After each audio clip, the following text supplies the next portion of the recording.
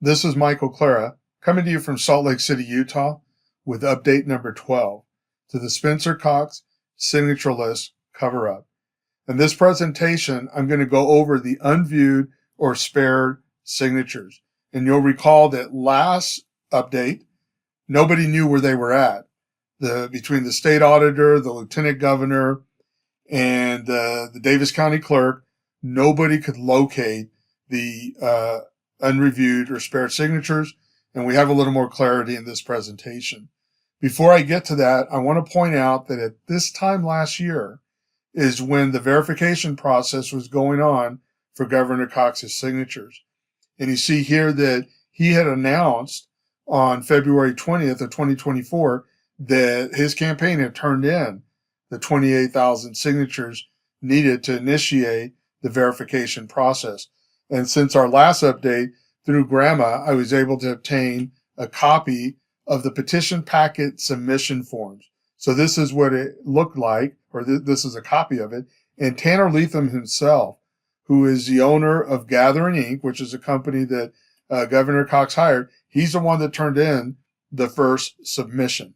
And we'll come back to that and the implications of what that means. But understand that about a month later, which would have been a year from yesterday, on March 18th, is when we, through GRAMA, we find an email where they say, we have met the threshold on Spencer Cox.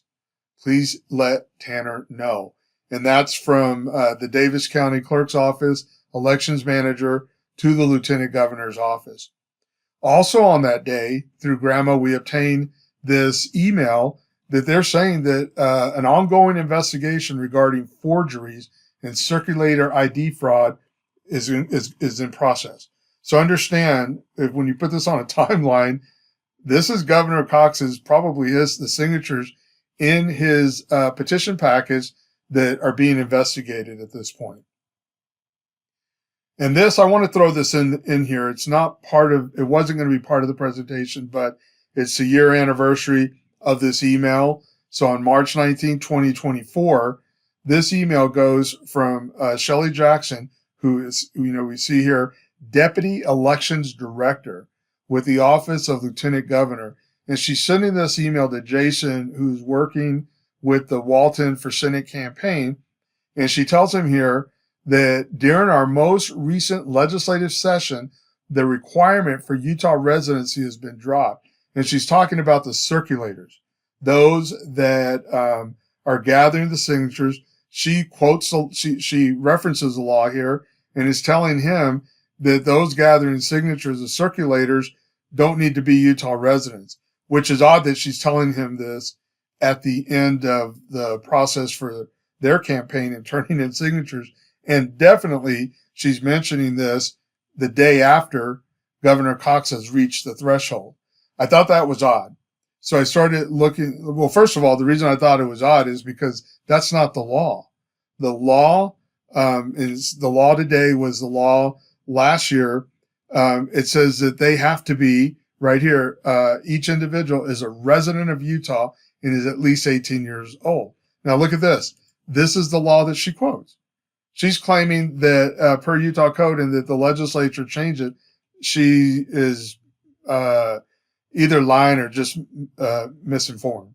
But this law 28-9-4089 is right here, and it says is plain as day that check the name of each individual who completes the verification for a signature packet to determine whether each individual is a resident of Utah and is at least 18 years of age. So when I'm looking at the Cox list last year, there were some of the signature gatherers, because we have their names that come out on the list.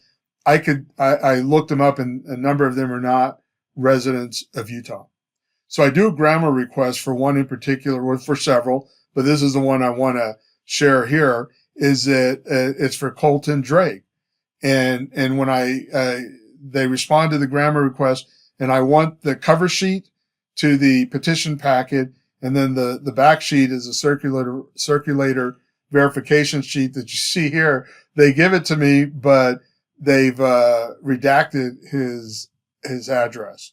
So I've appealed that, And, we'll see what we're still in process. I think that appeal is actually at the State Records Committee, because under GRAMA, they can redact the signature, but there's no provision under GRAMA, is my argument, to not have his address on there, especially when you're trying to confirm that he's a resident of Utah, when you have the deputy director of elections telling people you don't have to be a resident, which is wrong.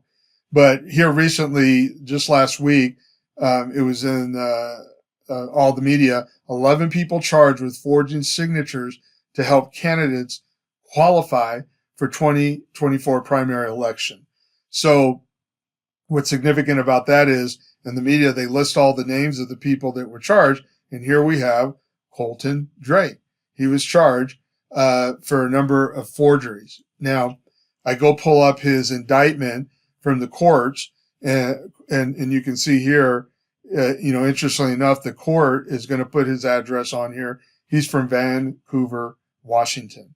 And I think this is what I would presume that the Lieutenant Governor's office is trying to hide, that a number of Governor Cox's circulators are not residents. And I'm assuming they realize that too late. And so, of course, now it doesn't apply to anybody, because they would lose, 1,000 or probably a couple thousand signatures from his validated signatures if they were to remove the signatures collected by non-residents, even though that's the law. Right here on this circular verification form, he declares, I am a Utah resident and am at least 18 years of age. And again, through grammar request, the Lieutenant Governor is going to hide his address, but the courts don't do that. So we got confirmation now he's not a resident of Utah. And right here it says that if they're not residents of Utah in the law, submit the name of each individual described in subsection 9C1, which is the circulator, who is not a Utah resident, or who is not at least 18 years of age, and that's to be submitted to the Attorney General and the county attorney. But let me just point out, in this indictment, they don't indict him for not being a resident. So it looks like the district attorney, or I'm sorry, in this case, the Attorney General for the state of Utah is not going to enforce that law that the legislature has in place. All right.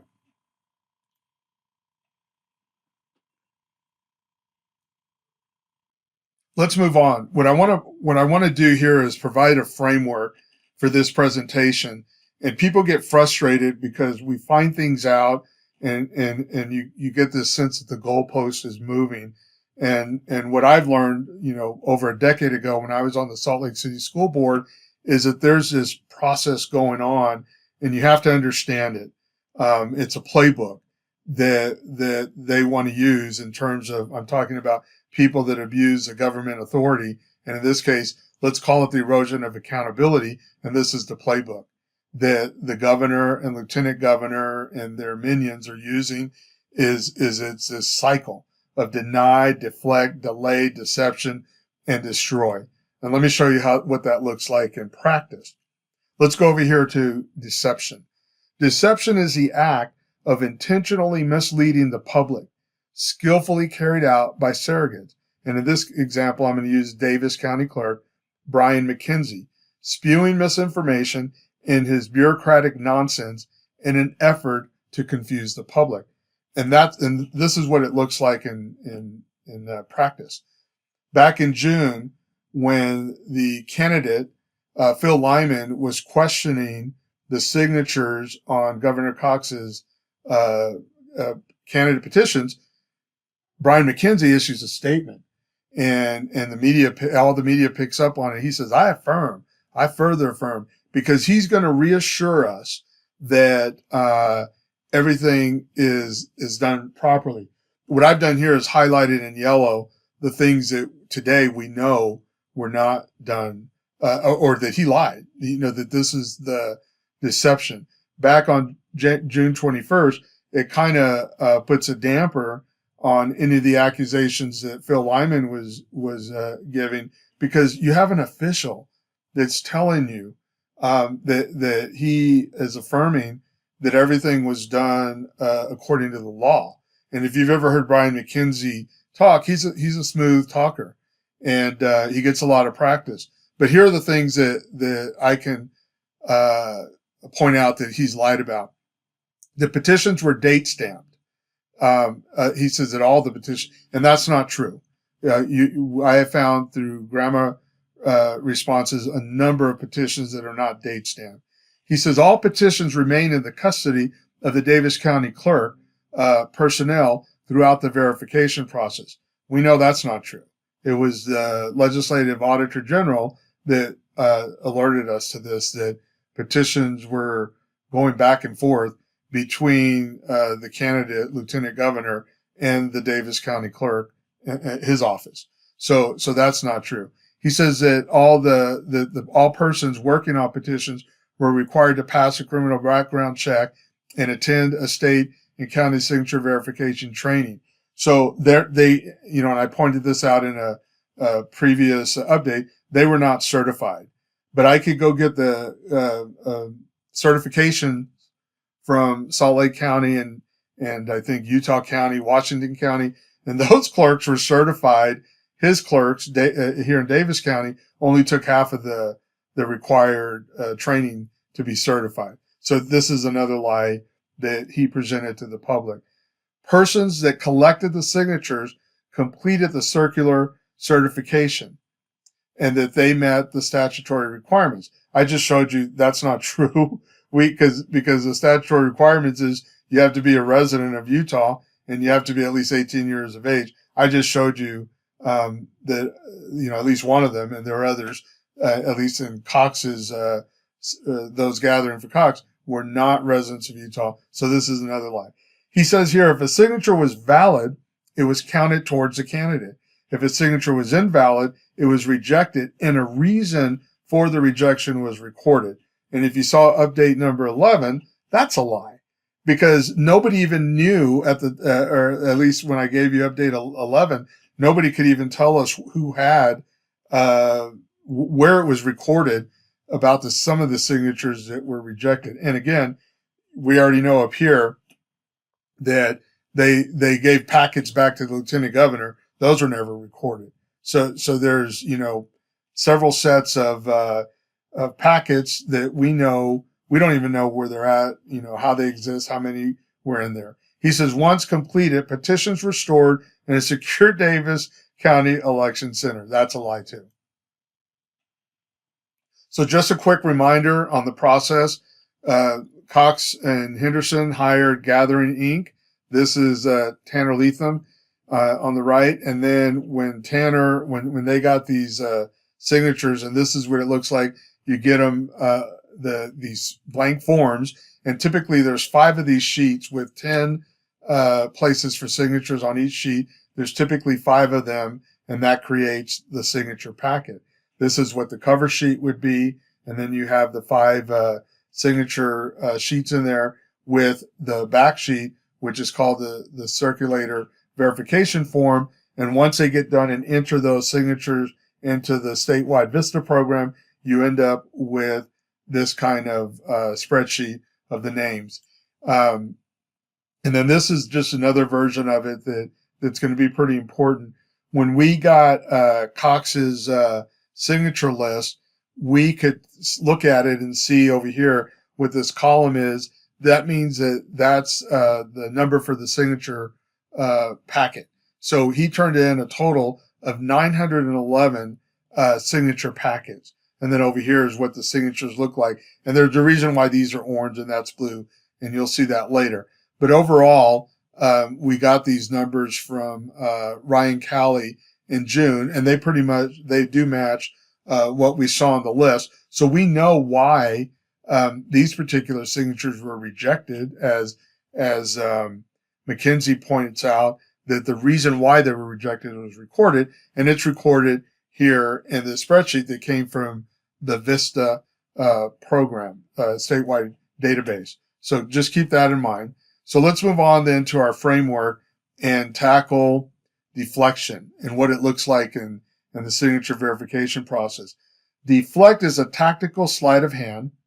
If Cox Henderson fell short of the required threshold, they had enough unviewed extra signatures to backfill the shortfall.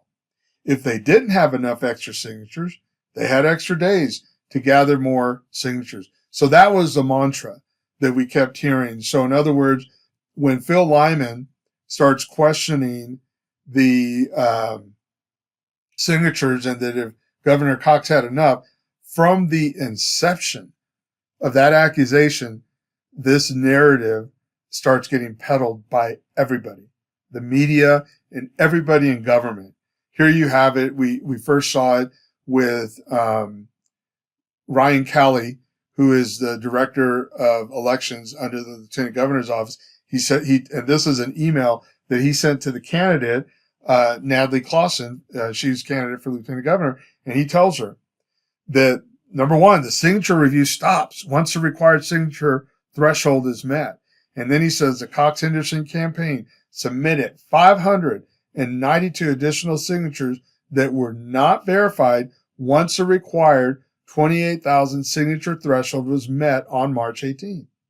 Had more signatures been needed, the campaign had an extra month to supplement its signature submission to secure a place in the primary ballot. Now, I always thought that when I saw that email, I thought, why do you have to say that? And now today I know why he said it, because that was going to be their fallback. In September 3rd of last year, John Dougal, who's the state auditor at the time, he says here that furthermore, we analyzed, and this is in his audit that he completed and was made public, furthermore, we analyzed whether the uncounted and therefore unverified signatures turned in by each candidate were sufficient to backfill the projected exception noted. So basically what they're admitting is, okay, maybe Phil Lyman's right. Maybe Cox didn't get enough signatures, but it's okay because he had spare signatures to complete the backfill, which is ridiculous when you think about it, but that's what they were telling us at the time. And of course, John Dougal comes to the conclusion that Cox might have been statistically short 300 signatures, meaning that 300 of his signatures that were verified by the Davis County clerk, statistically speaking, should not have been verified. So he's short, but it's okay because according to John Dougal, there are 391 spare signatures that were verified. So keep in mind too, because we'll come back, this is going to be important. He says, we note that those uncounted signatures had been submitted on or before March 15, 2024. After the validators completed this additional work, we determined there were approximately 391 additional signatures for Cox that were not included. So of course, then by his math, okay, Cox is short 300, but guess what? We have 391 to backfill, and so he's fine. And that was the narrative. Of course, it's deflection of the truth. And as you saw in update number 11, at the time, nobody could locate these spare signatures or give an accounting or a record of it. In October, the month following John Dougal's audit, we get an audit from the Office of the Legislative Auditor General, and they tell us there are 492 signatures extra that Cox had. Now, the interesting thing is by the state audit or by the legislative auditor's account, when you look at the numbers, Cox was probably short 560 something. So they raised the number of signatures that were verified that shouldn't have been by the Davis County clerks. And then they say, but, there's this, extra signatures, 492. Well, and by their accounting, he doesn't even have enough to backfill. So, but anyways, that's the story. The narrative, even on October 15th, 2024, was repeated by the leadership of the legislature, by President Adams of the Senate, by, I think, Representative Moss brought it up, Senator Vickers brought it up, that if Cox, and that they fell short of the required threshold, they had enough unviewed extra signatures to backfill the shortfall. So that was the story. Okay, and not to be undone, now you have Tanner Leatham, who's the owner of the signature gathering company. When asked whether Governor Cox received enough valid signatures to qualify for the ballot, Leatham said, quote, 100%. He got enough. There are thousands of signatures that we collected that never even needed to be counted because he had so many. So, you know what? In my opinion, Leatham is the best eyewitness to this because he's the one that was overseeing gathering the signatures, and he's the one that turned them in. So back in my law enforcement days, if I was looking for witnesses, I would consider him the more credible of everyone else. So here's a graph of what I kind of graphed what everybody was saying and kind of started at the bottom, did it in order of how we heard them last year. So 592. So by the way, when we got the Cox signature list in that spreadsheet format, it doesn't tell you how many additional or unreviewed or extra signatures Cox had. We only learned that for the first time in that email on June 19th that Ryan Calley sent to Natalie Clausen, and he said there were 592 spare signatures. You just saw that Leatham is saying thousands, so at a minimum, it's 2,000 extra signatures. John Dougal says that they validated 391. He doesn't tell us how many there were total. He just says they validated 391. Then the following month, in October of last year, the legislative auditor tells us there was actually 492. And the auditor is very specific. The legislative auditor says these were unviewed signatures. So it's interesting to me at the time, and it still is today, but at the time I quickly noticed that the legislative auditor general is not acknowledging the 391 signatures that John Dougal claimed that were validated.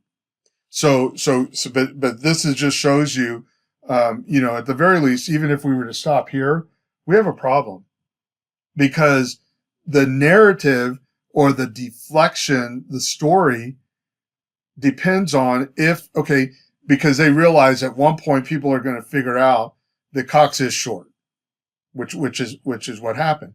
But it's okay. He has these spare signatures. And I showed you in update number 11, nobody has the spare signatures. Well, I've located them, and we'll get to that. Let's go back. Let's move off from deflect. We'll come back to it. And let me show you what delay looks like. Delay has been masterfully utilized by Cox Henderson in legal maneuvers designed to postpone and prolong the release of public records associated with signature verification process. So they've done this in the courts. They've done this in public opinion. They've done this in the legislature, and they've done it with me through grammar requests. Now, remember I told you here's a process that I did get these petition packet submission forms. I got them through Gramma, but I couldn't just ask for them. I had to do like months of every 10 days. I had to submit a grammar request. And then depending on the answer, I had to submit another one before I got the lieutenant governor's people to give me one. But once they gave me one, then they were required to give me the others when I asked for it. So I ended up obtaining 10 of these, and this is what it looks like. So basically what happens is you have 10 submissions that the governors, or that Leatham did. And over here you have, for example, the one that's displayed here.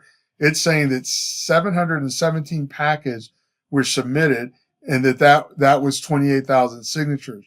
The next submission happened the following day, and I put here the name of the person that submitted it, Vincent Mead. And then on February 23rd, Michael Leatham, he's related somehow to Tanner, and then Michael Leatham does it again, and you see here 80 packets, 55 packets.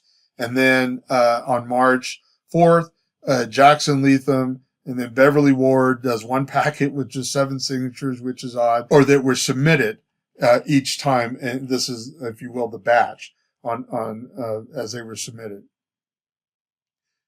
These colors here will mean something in a second, but these are the last 3 submissions of packets that were provided, that I have a record of, that was given to me in response to my grandma request.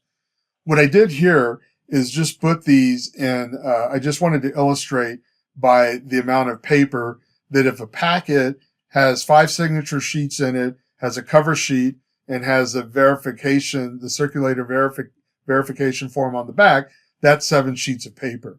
And this is what it would look like if we assume that a packet is the size that I just described, then 717 packets would look like this. And then here, the next day, they turn in 2 packets. And then on February 23rd, you have 80 packets. On February 28th, you have 55 packets. And then over here on March 4th, we have 19 packets. And then here's the one with just 1 packet that has 7 signatures, and then 29 packets, and then 10 packets here in the blue, and then 20 packets in the orange, and then 2 packets in the red. This orange is important because that's where all the unreviewed signatures are going to come out of. And I'll show you what that looks like moving forward. Before we get to these spare signatures, I want to point out that one of the things we learned from obtaining these submission forms is how many total packets Governor Cox supposedly turned in. And you see, remember, through the list of signatures, we know that Governor Cox turned in 911. We know there was more than that. So here we have, we know now it's 935 that total were turned in. But one of the things, if you recall, and I spent a lot of time on this in one of the previous updates, is that it was the legislative auditor that alerted us to the fact, in these instances, the Davis County Clerk's Office removed the packet from the verification process and sent it to the Lieutenant Governor's office. The Lieutenant Governor then reviewed the packet and determined whether to send it to the office of the Attorney General. And then again, in another place, they say earlier this year, when reviewing petition packets, the Davis County Clerk's Office flagged some packets for having many non-matching signatures. And again, to me, why that is significant is they shouldn't have done that. They should have recorded, because remember, McKinsey told us that this is what he did, which was a lie. They should have recorded the signatures that were not matching and then send them, the clerk should have just sent them directly to the Attorney General's office, because what he does here is he sends them back to the candidate, which is a conflict of interest, in which we lose then the chain of custody of these signature packets. Because at this point, we're not really sure how many we're missing, because in another part of this audit, they tell us they're not part of the counts that we have. But for now, we've reconstructed, we've been able to reconstruct that, okay, we're missing 24 packets. And then you'll see later, we know how many of those packets were part of the unreviewed signatures. And we're missing 1,449 signatures. Now what's ironic about this is that even you have Leatham and his family are the ones turning in the signatures, but Leatham is telling us that there are thousands extra, which at a minimum would be 2,000. Well, even by his count of what he turned in, that's not even true. You don't have that many extra, or maybe there's more packets out there that we're not even aware of. But what I asked for in the grammar request is I want all the submission forms. And so even if some of those got sent back to the Lieutenant Governor, I still should have received them under grammar. They were required to give them to me. And the ones they didn't give to me, there's a provision in GRAMA to tell me why they didn't give them to me. So at this point, I'm assuming I received all the submission forms, which gives us a total of 935 packets. So on this delay that we're talking about, I want to dive in a little deeper into, and by the way, the last delay, I was just saying it took me a while to get those submission forms. And once I received them, we got some good information about the total of packets and signatures that were at least getting closer to the total of what Governor Cox turned in. Now I want to go into a couple of GRAMA requests and the responses that I received from the Lieutenant Governor's office.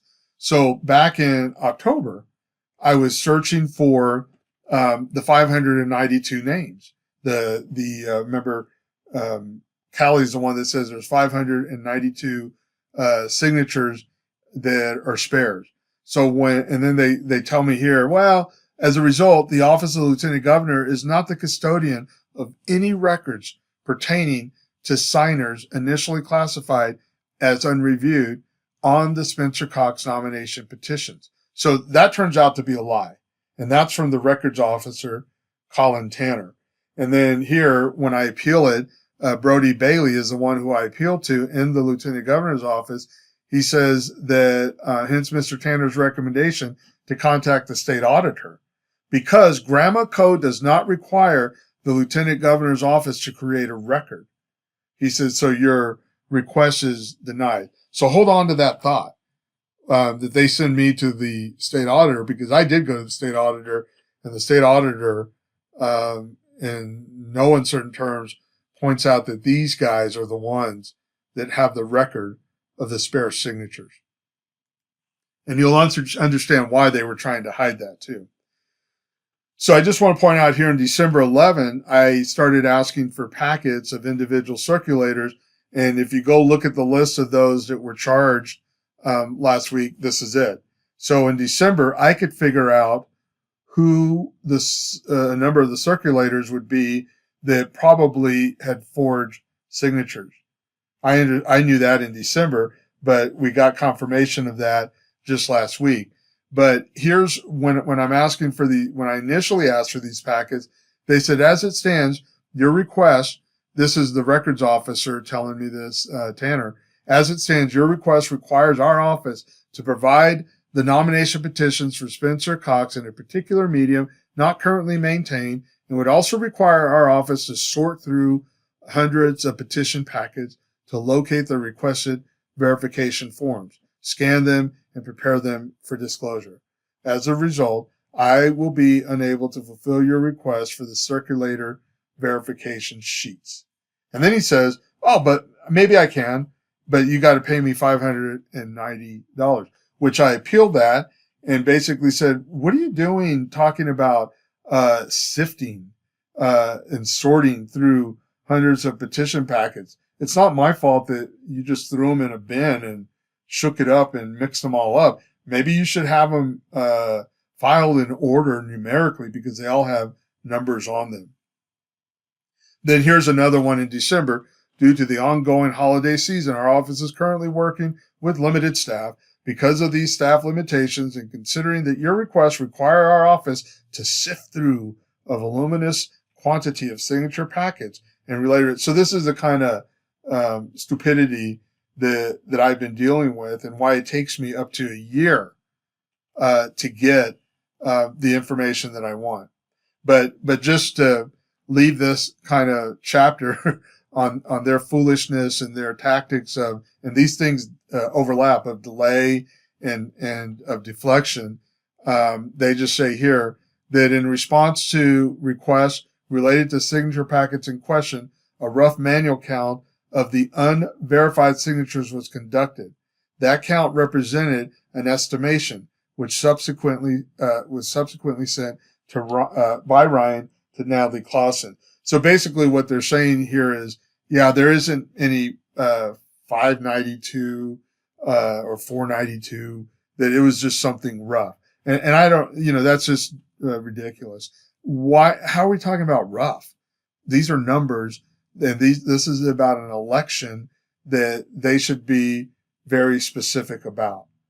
But this is what we're dealing with. So again, because and then the Brody Bailey says because a manual count was conducted, there was no record created. There was no denial. There isn't a record responsive to your request. So again, I think I might have highlighted this in the update number 11. That's just a lie. Under grandma, that doesn't even make sense. And it's like so ridiculous. It's like when I read that, I had to read it to a couple other people to say, are these guys really that dumb, or do they think I'm that dumb, and what am I missing here? But this is the kind of stupidity I've been having to deal with. And again, it just confirms for me, and hopefully to anybody who's seeing this, these guys are hiding stuff, and they're not even doing it well. They can't even come up with a credible explanation as to why they're not going to release the record. This is again, this is mind-numbing to me. And a lot of times when I read stuff like this, I'm like, I've hit the rock bottom of human stupidity with the people that work in the lieutenant governor's office. But this is, again, I call it, incompetence camouflaging corruption. One of the things that happened that helped kind of bring this to a close, all the lying and dancing around, is that on February 7th, Nate, me, and Jen, and then back here in the window was Tina Horlocker also from Davis County. We met with the people in the state auditor's office, and Rick Cantrell, who's the director of operations, helped coordinate the meeting, and we got together to kind of come to some conclusion. If you saw update number 11, they kind of helped us get out of this circular firing squad that everybody in government had created, pointing at each other. But Julie Wrigley told us that she was there doing the audit on the spare signatures, and that what happened was they had marked on the packet themselves that they didn't make a list, that the clerks didn't make a list, but they put like a mark on the packet itself next to the signature as to whether it was valid or not. Then Brian McKenzie, the clerk in Davis County, actually said that to the commissioners, and then in writing in response to citizen questions, that the spare signatures, the record of that is in the signature packet itself. And remember, Lieutenant Governor's office is claiming we don't have any record of it. They do, and you'll see how that came about how we got those. So here we have. I just want you to remind you that this orange color in those packets, there's 20 packets under there, and that was a submission that was done on March 15th. And what I ended up doing is doing a grammar request for the cover sheet of the packets that had the spare signatures in them. And I also asked for the verification sheet, and I got them. So what's good about that, and again, you remember the whole residency thing. They're going to block the residency of each of these circulators, which is fine. Where that's an appeal. We'll get those eventually. But they give me 17 packets. And they over here they wrote up here in the corner UV1. So in my mind, I'm gonna assume that's unviewed packet number 1. And looky here, we have the total amount of signatures, and we have how many were valid. So I'm able to, you can do it too. You just do the math, and you can figure out then how many spare signatures there were. And so I don't have just to be clear. Right now, I don't have the signature sheets, and all I have is the cover sheet and the verification sheet. And then again, this is, I already told you that's what that looks like. And here's the packet submission form that went with these 20 packets that were turned in on the March 15th. And I just want to clarify, the real packets aren't there. I just, stapled 7 pages together to kind of show what that stack would look like in real life of 20 packets. And the reason I did that is because when we were with the auditors, state auditor, she didn't know how many total signatures there were that they had looked at. And I asked her, well, how many packets were there? And she kind of showed us with her hand, probably a stack about this big. So anyways, here, again, that's what it would look like, because we now know there were 17 packets that contained the unviewed signatures, and they were submitted on 3/15. By the way, remember that list of Cox signature lists that I showed you early on, and you had orange at the end, because packet number 910 and 911 came out of this submission, if that makes sense. And then beyond 911, then you would have this one would be 912 if they were going to give it a number. But you see, they don't give it a packet number, which to me is probably makes sense, because it's not part of the signatures that Governor Cox had that counted towards him in terms of having valid signatures. And I should have put it in here, but on the cover sheet, this candidate nomination petition for packet 911, it shows how they met the threshold and stopped counting. And I think maybe there were 20 more they did not count, but they would count those towards the unviewed signatures, if that makes sense. So let's go ahead and this is what the verification form in the back for that first one looks like. So if I were to line them all up, this is what they look like. And surprisingly, these are date stamped. Like McKinsey said, that these are date stamped, so we know. Okay, they were turned in, and the reason I kind of put the orange glow about them, because these were all the ones that come in that March 15th submission. And again, so that's 1 through 3. You got 4 through 6 here. Now, 6 I put in green because, number 1, it does not have a date stamp. Number 2, it's different from all the others because it actually has the address, the governor's address on it, which by law they're all required to have it, but I guess they gave them a pass on it. But this one does. And then it doesn't match. The circulator said that she turned in 15 signatures, but the clerk is saying there's only 10 in there, which is odd. And again, the address is gone. The other odd thing is that this one is dated January, I think, 16th of 2024, which is odd because something that was done that early ends up being turned in at the end, which doesn't make any sense to me. So that one's odd, but I just made it green, but we'll go ahead and count it in under the submission of that March 15th, because they give it a sequential number up here. You see it's UV6. Then we go to the next batch, UV7, UV8, UV9. And again, if you wanted to pause, you could start adding up those numbers or wait till the end and do it like I did. And I'll tell you what the sum of that is. Now, I mark these in red because they're not part of the submission, even though they're sequentially UV10, UV11, UV12. They actually were turned in March 21st. And the problem with that is that, remember, he met the threshold on March 18th. So if he met the threshold on March 18th, they shouldn't have accepted this other, this last submission of 76 total signatures. You see, you have 33 here and 43 here. And so that was odd, but they counted it amongst the unreviewed signatures. And you see here that each candidate followed the rules. And this is from the auditor, from the legislative auditor, follow the rules and processes that were asked of them.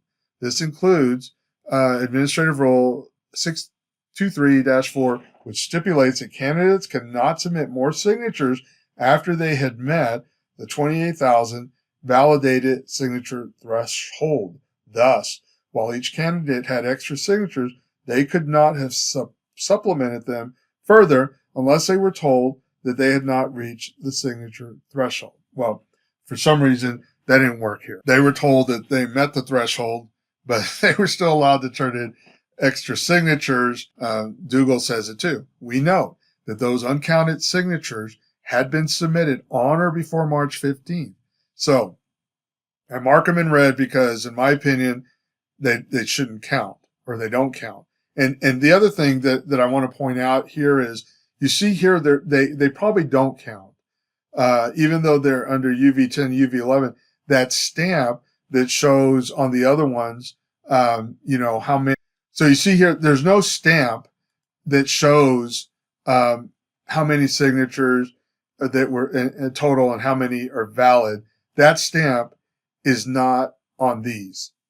So even though they gave them to me as unviewed signatures, we're going to assume that they didn't count them at all, because you see they are turned in after the deadline, and there's no stamp on it. So let's give them the benefit of the doubt and say, okay, these are not going to count. There's 76. There's 33 here, 43 here.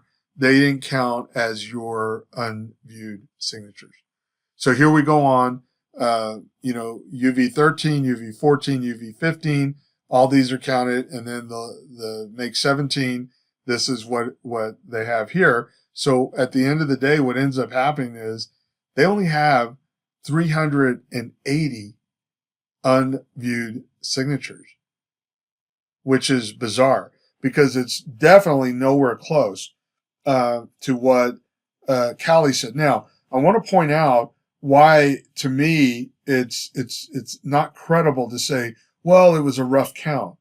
How do you get rough out of that? You just count them. Even if you looked at each packet and counted, how do you get close to 600 rough count when really all you had was 380? And even if you just did what I did, and looked at the cover sheets and counted what was on there, there's no way that. So anyways, this is where we're at today, is that he had 380, and then if you look at the valid ones, if you counted those, there's only 312 valid signatures.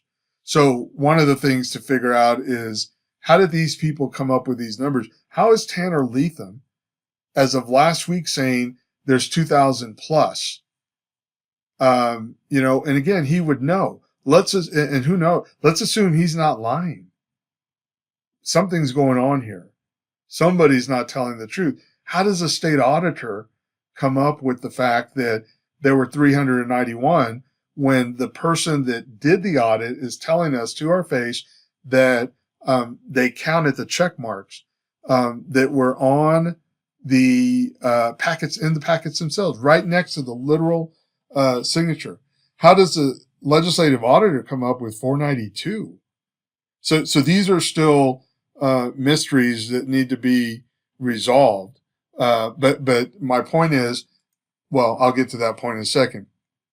One of the things I did is, on March 14th, this is their reply.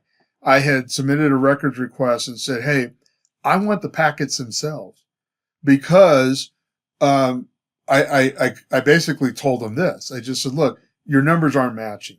So in the cover sheets, they provided some clarity, but it still doesn't make sense. So now I want the packets.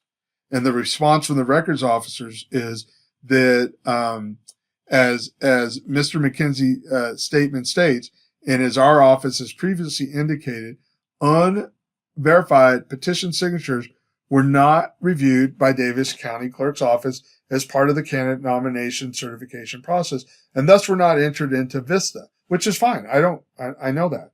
For this reason, there is no report that can be provided showing whether a signature was valid or invalid for these unverified packets. And again, I'm not asking for the report. I specifically asked for all the packets, all 17 packets. I want to look at the signatures on them, and I want copies of them. And yeah, under GRAMA, you can redact the signatures, but there's no reason to redact this mark that McKinsey and the state auditor has said exist on the packets themselves. Remember, these are the ones that early on in the grandma denials, the lieutenant governor's office said they have no record of it, but we now have the auditor, state auditor, and the Davis County clerk saying that the lieutenant governor absolutely has the record. And then they say here, as has been offered in the past, the lieutenant governor's office sends scheduled time for you to view the signature packets as outlined by statute if you wish to review them in person. The lieutenant governor's office must first redact all the personally identifying information for private and withheld voters in the packets as required. That's fine. They can do that. And then, but the problem for me is, you're still required under GRAMA, and I already sent in an appeal saying, but you're required under GRAMA to give me the list. And remember, Brody, who the one I sent the appeal to, he told me early on last year, oh, but we're not required to make a record for you. Okay, right. I'm not asking you to make a record for me. And they recognize that because you see, they kind of contradict themselves here, saying on the one hand, well, we don't have a report, but if you want to come look at them, no. I want a copy of them because the numbers are, we got to figure out why these numbers are not working. So in closing, let me just point this out. Back on June 21st, 2024, the headline is Governor Candidate Phil Lyman calls for audit into Governor Spencer Cox's signatures. He gets the audit. He gets 2 audits. And by the way, there's actually 3 audits that I'm going to have to cover in another update. Literally just came out last week, or we were told about it. It actually happened in December, but I don't want to get into that right now. But I want to, because I want to make this point that in June, you have this headline. And then over here in October, the headline, and sorry that Deseret News got cut off, but Deseret News, this is the headline, Legislative Audit Finds Primary Qualification Process May Have Overcounted Signatures for Governor Cox. The State Legislative Audit Subcommittee said the results of the audit will not impact the general election ballot. Well, but it should have impacted the primary ballot. Because you see, but the reason it doesn't is because of these 2 characters down here. They're very smug, and they, for whatever reason, our legislators listen to these 2 when they're the cause. They're the I would call the tip of the spear of the of all the chaos. Neither of them are smart enough that they masterminded them themselves. They're the ones that are just carrying out what they're being told to do, but they're doing it with glee. And the problem is that if you just look at this, if you didn't know what was going on, and you see a candidate for governor saying we got to do an audit into the incumbent's signatures, and then the outcome is, yeah, he's short. But there's not any what's the word I'm looking for, integrity to do anything about it. You know why? Because we're in deflect mode. It's a tactical sleight of hand that if Cox and Henderson fell short of the required threshold, they had enough unviewed extra signatures to backfill the shortfall. So that's it. I just want to point out that we're living this cycle, which is why we got to break the cycle somehow.